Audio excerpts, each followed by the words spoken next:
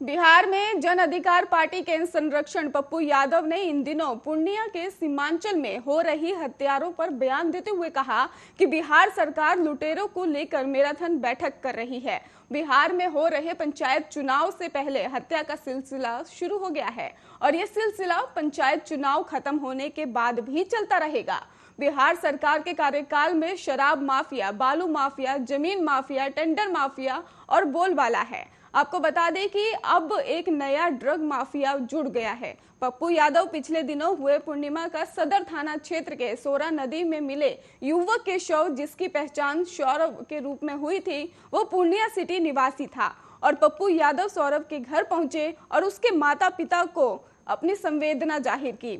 उन्होंने कहा कि सौरभ की हत्या हुई है और वो पुलिस और वरीय पदाधिकारियों के मिलकर उसके हत्यारों की गिरफ्तारी की मांग करेंगे। और इसके साथ ही पप्पू यादव ने कहा कि अगर सौरभ के मोबाइल फोन के कॉल डिटेल को निकाला जाए कि वो अंतिम बार किससे बात किया था, तो अलग अलग अगल बगल के लगे सीसीटीवी कैमरों को भी खंगाला जा सकता है और पुलिस आसानी से उसके हत्यारों तक पहुंच सकती है। पप्पू यादव ने पूर्णिया के आईजी से मोबाइल पर बात कर निष्पक्ष जांच करवाने की भी बात कही है। उन्होंने कहा कि सौरभ की बेरहमी से हत्या की गई है और लगभग एक सप्ताह बीतने के बाद भी पुलिस उसके हत्यारों तक नहीं पहुंच पाई है। और उन्होंने कहा कि सौरभ के परिवार के साथ ही वो खड़े हैं और बहुत जल्द ही उसके परिवार को इंसाफ दिलवा कर रहेंगे।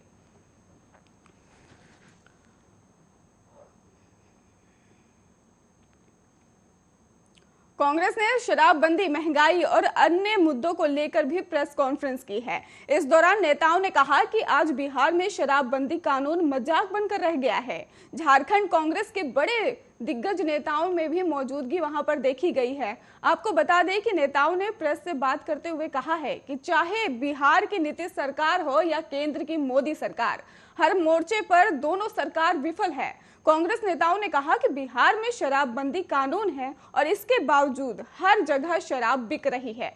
पहले तो लोग शराब दुकान पर जाकर खरीदते थे, लेकिन अब शराब महंगे दाम पर होम डिलीवरी हो रही है, जो कि पुलिस प्रशासन की सहमति से ही बिक रहा है। अभी हाल ही में देसी शराब की वजह से मोतिहारी, गोपालगंज समेत कई जगहों पर 40 से ज्यादा लोगों की जानें चली गई हैं। इन मौतों का जिम्मेदार बिहार की सरकार है। नेताओं ने कहा कि बिहार समेत देश भर में महंगाई चरम पर है। जब कांग्रेस की सरकार थी तब विपक्ष में बीजेपी सिलेंडर को लेकर प्रदर्शन करती थी। आज पेट्रोल और डीजल 100 के पार बिक रहा है। जो गैस सिलेंडर कांग्रेस के जमाने में 400 रुपए में मिलता था, वो अब 1000 के से ऊपर हो चुका है। उज्ज्वला योजना का दावा करने वाली सरकार गरीबों का भी ख्याल नहीं रख रही।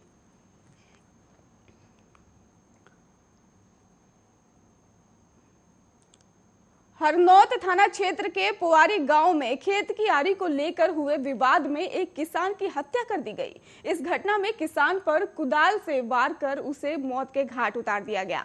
सूचना के बाद मौके पर पहुंची पुलिस और मामले की जांच में जुट चुकी है और मृतक की पहचान पोवारी गांव निवासी भोला सिंह के पुत्र नीपू के रूप में हुई है। आपको बता दें कि ग्रामीण का कहना है कि किसान अपने पिता के साथ आलू रोपने के लिए खेत में गया हुआ था और जहां आरी विवाद में गांव के ही 2-4 लोगों ने मिलकर उसे पकड़कर कुदाल से ही काटकर हत्या कर दी, जिससे मौके पर ही उसकी मौत हो गई।